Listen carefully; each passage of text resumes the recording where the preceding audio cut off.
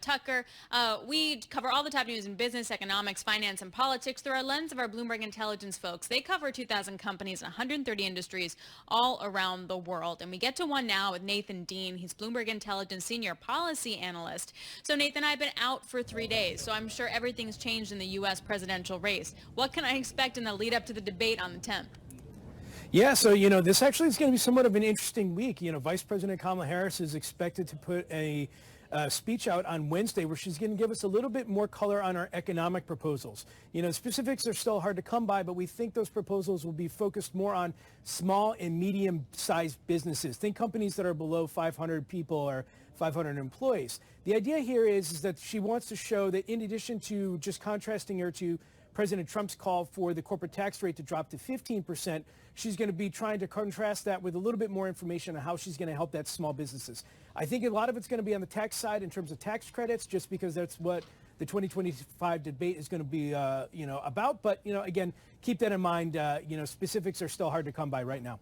Nathan, what are the expectations in Washington about this upcoming debate? I mean, I could care less about politics, but I'm actually going to watch this thing. Oh, yeah. Unless the Yankees are on. But, I'm going to watch this thing. Are the expectations high that this could be a pivotal moment for the campaigns for both candidates? Yeah, look, with Labor Day over, the election season is now really just not just kicked off, but it's in high gear. The first ballots are being mailed out, I think, into the state of North Carolina this week. So the debate really has the shape to be that key catalyst that's going to keep a lot of these swing states in that momentum that Kamala Harris had coming out of the DNC. Now, for those of us watching it, it's really going to come down to two things. One, you have the policy side. I don't think there's going to be a ton of policy in this debate just because, those of us who are going to be trying to figure out how it impacts the markets, I don't think there's going to be a lot there. Instead, I think it's going to be more about a vision debate, an aspiration debate, if you will. Both candidates are offering their stark contrasts of where they think America's future should be. And I think a lot of that is just going to be trying to portray that future to the American people. It could delve into a fight like we've seen in other debates in the past. I'm not so sure. The first debate between President Trump and President Biden was somewhat cordial. So, again, we'll have to see if we're going to be, eating the popcorn and watching it from that point of view. But I think, we certainly will learn more and we'll be able to talk about it in the next couple of weeks after that. I guess my other question is the drama that unfolded over U.S. Steel. Was this any surprise? Like, the market seems to be hitting U.S. Steel and the fact that Vice President Harris says that it should remain American owned. I wasn't that surprised by it. Like, that's Biden's sort of stance. Of course, it would be her stance. But the market took it a little bit differently. Is this a U.S. Steel specific thing, or do you think this bodes poorly for M&A in general? So, look, I don't think anybody should have been surprised that Kamala Harris said what she said over the weekend by saying that U.S. Steel should remain an American-owned company. This is such an important company just to the state of Pennsylvania. And in terms of the Electoral College, it's going to come down. Pennsylvania is a must-win state. So if you're talking about a margin of just, say, 10,000 voters giving you the state of Pennsylvania, something that, especially according to a lot of these union voters, this is something I think that she would see from the political point of view, just continue the policy on with President Biden. Now, when it comes to M&A writ large, we think that it will be somewhat better in some circumstances, not as good in others in terms of other circumstances. And what we mean by that is that if you are in an M&A activity and you're in the consumer protection area, or if you're the consumer-facing businesses, if you will, there's going to be a lot of emphasis on what does this mean for the underlying consumer? What does this mean for the person who's actually buying that product and so forth?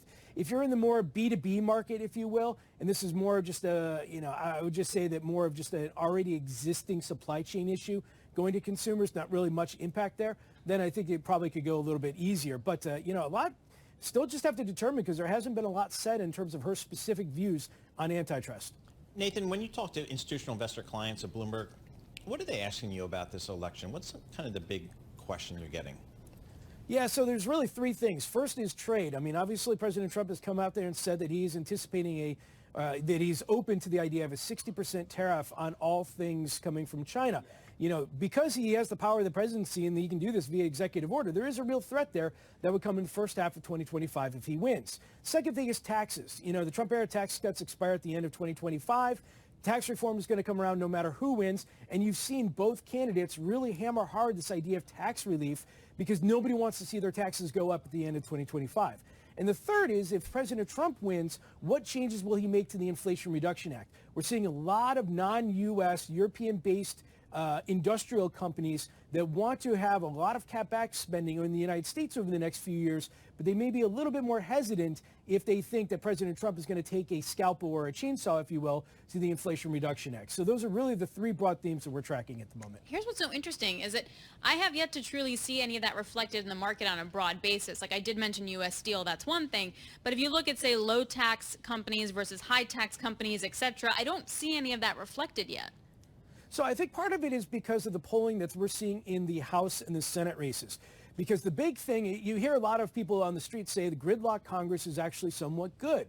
Because a gridlock Congress, meaning let's just say the Democrats have the House and the Republicans take the Senate, means that you can't use reconciliation, and the president is somewhat constrained from these grandiose, broad, inflation-inducing fiscal spending deals like the Inflation Reduction Act or the Trump-era tax cuts. The caveat will change is if the Republicans win the House, the Senate, and if President Trump has a great night, he gets all three, both chambers and the presidency, then those tax cuts, President Trump has a lot of leeway to go out there and drop the corporate tax rate down to 15%. Same can be said if Kamala Harris has a great night and they take the House, the Senate, then they can have the ability to put in another Inflation Reduction Act 2.0, if you will. But because I think the market really is anticipating this gridlocked Congress, I think expectations for those grandiose bills are somewhat small. All right, Nathan, thank you so much for joining.